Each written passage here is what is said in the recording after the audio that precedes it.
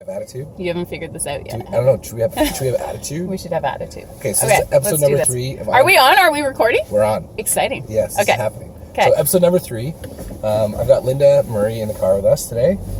No relation. Everybody thinks we're sisters and brothers. Exactly. I can see why. Yeah, me too.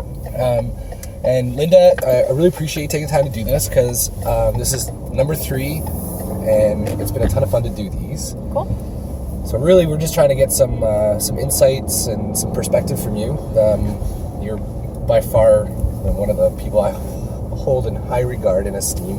Hold on to the steering wheel while you say that, please. Hold on to the steering wheel. It's okay, we're going 40. Crazy. I just thought it was really neat because you've had a really interesting journey, especially from a world of business, marketing, and entrepreneurship. Just from my perspective, being from the product side, working with agencies, then working at a marketing company, working with us, and then jumping off a cliff and starting your own business. I did. I want to listen more about your journey and get some ideas of what you tell somebody else who's thinking about getting into business and leadership and that kind of stuff. So maybe we can just kind of start with that little bit of a journey, Cole's notes from going from the product side to the marketing company and then jumping off a cliff and starting your own business.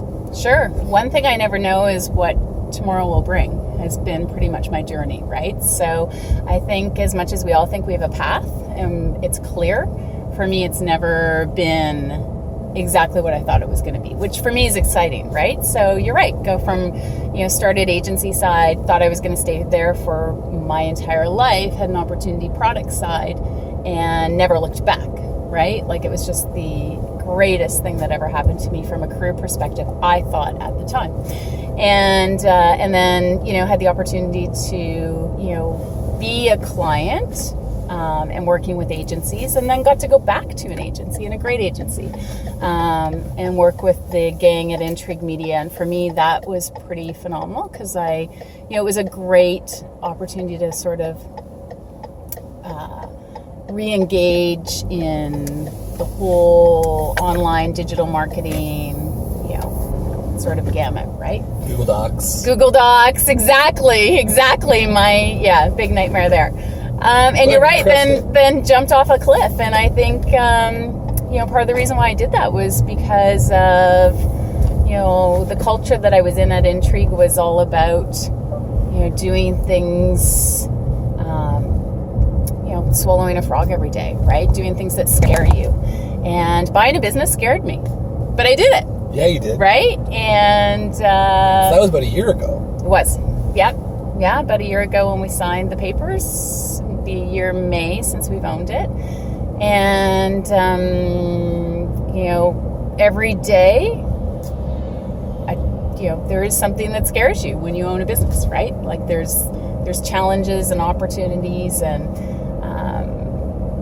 big decisions and small decisions to make, and you just push through it and hope you're doing the right thing. Okay, so a couple of questions come from that. Yeah. The first one is what made you decide, and I always say this about entrepreneurship, it's like jumping off a cliff. Yeah. Because totally. You never know where you're going to land, and I think that kind of even relates back to what you said before about we all think we have a path. Yeah. We end up getting somewhere we want to be, but it's not necessarily where we thought we'd end up, and it's not when we thought we'd get there, and all those great things that kind of come with it. Yeah. I think that's also really interesting, too, for some people that are out there. A lot of people I talk to don't necessarily have a plan. Mm-hmm. They're still trying to figure out where they fit. Mm-hmm. But I think it's kind of, they can put themselves at ease a little bit that you don't have to know exactly where you're going to go. Yeah, I'm a big believer, in fact, in the fact that you should just be open to opportunity and believe in yourself. And in fact, I think most of my career has evolved because I've been open to those opportunities. Had I thought that I was always going to stay in a corporate sort of role with an amazing company, I would have never had the opportunities that I did working in my own community with Intrigue Media or starting my own business and running it, because I would have already shut that down. And it is crazy. Okay, so tell us about your business. What is it? So my business, and again, I would have never even thought I would have been doing this 30 years ago had you asked. So we design and make baby bedding. for and nursery decor for consumers across Canada and the U.S. What's the name of your business? The name of my business is Sweet Kyla. So there's a plug. Yeah, if you're having babies, go check out Sweet Kyla. Google them. They got great stuff. Yeah, so all Canadian made, which is really important from a baby's health perspective and wellness perspective. And, safety and security is a lot that we put into the construction and design of all of our baby bedding. So that's important when you're thinking about that precious little one that you're laying on a crib sheet as an example, or a baby blanket. It's important to know where those textiles have come from and what sort of toxins and dyes are in those fabrics. So we're really excited about, and I've become very passionate about, quality and design and textiles and so.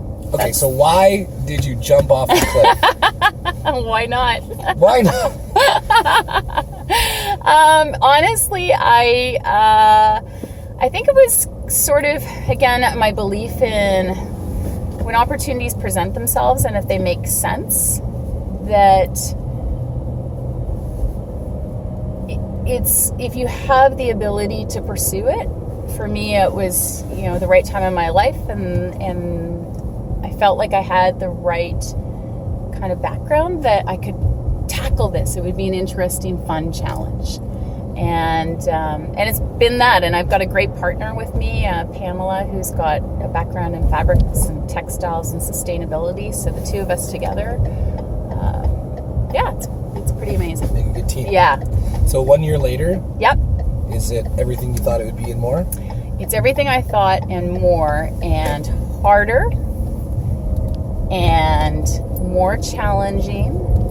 And I've learned probably more in the last year than I've almost learned in my entire career. Wow. Yeah.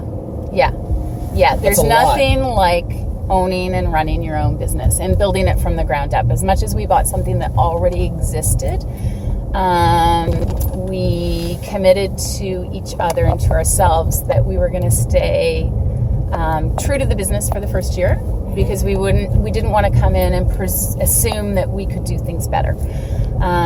So one of the things we decided to do was, stick to kind of the basics this year and really learn and assess the business before we went out on any sort of branches. And we've learned a lot. Yeah. So what's a lesson that you've learned in the first year of running Sweet Kyla that you would think kind of sticks out to you that you might want to pass on to somebody else who's either thinking of starting their own business or maybe they're already a year or two deep? Yeah. So many lessons, right? One is surround yourself, and I've always been a big believer of this. Surround yourself with talented people, because you yourself can't do it. I believe that a team, whether it's consultants, accountants, lawyers, I view all those people as an extension of my team, and they're part of the success. It's interesting. I was just talking to somebody the other day who saw Bill Clinton speak, and for all his shortcomings, he's a great speaker, and I would still argue he's a great leader. He was saying that you could take a room of really intelligent people, take the smartest guy out of that group or woman, put them on their own, have them solve a problem, and have the group solve the same problem, and 100 times out of 100, the group's going to come up with a better answer. 100%. I think another big thing that we've learned, and I think this is a tendency of owner/operator, is that because you own it and you have this great idea and you can do it, you can affect change, you can be fast and nimble, but sometimes that can take you off your course and your path. So one of the practices we've put in place, a bit of discipline now, is if we have a great idea, we park it. And come back to it in a couple of days to kind of reevaluate it, to say, is it on strategy? Does it fit with our core values? And does it make sense for us to execute it right now? So a bit more discipline. That's kind of surprising. Yeah, I know, right? Because you're kind of a go now. Go get it done. I know. Lady. I know. I remember the first time I went to a black tie bingo, and I was going up to tables to sell tickets, and I was, excuse me, don't mean to bother you. And you're like, Rob, that is not how you do this. Let me show you sell some tickets. Who wants 10 tickets? Let's get it done. And another thing that I've been doing since the first of the year, January, is because, as you know this, when you own a business and you're working in the business, is I do one thing a day every day that moves the business forward in some way, shape, or form. So it can be as simple as reaching out to a stranger who I need to know in my network that's going to help me move the business forward. Or it can be as simple as sending an email or reaching out to a mommy blogger or something. But I have to be very mindful about not just working the business, because I want to move the business forward.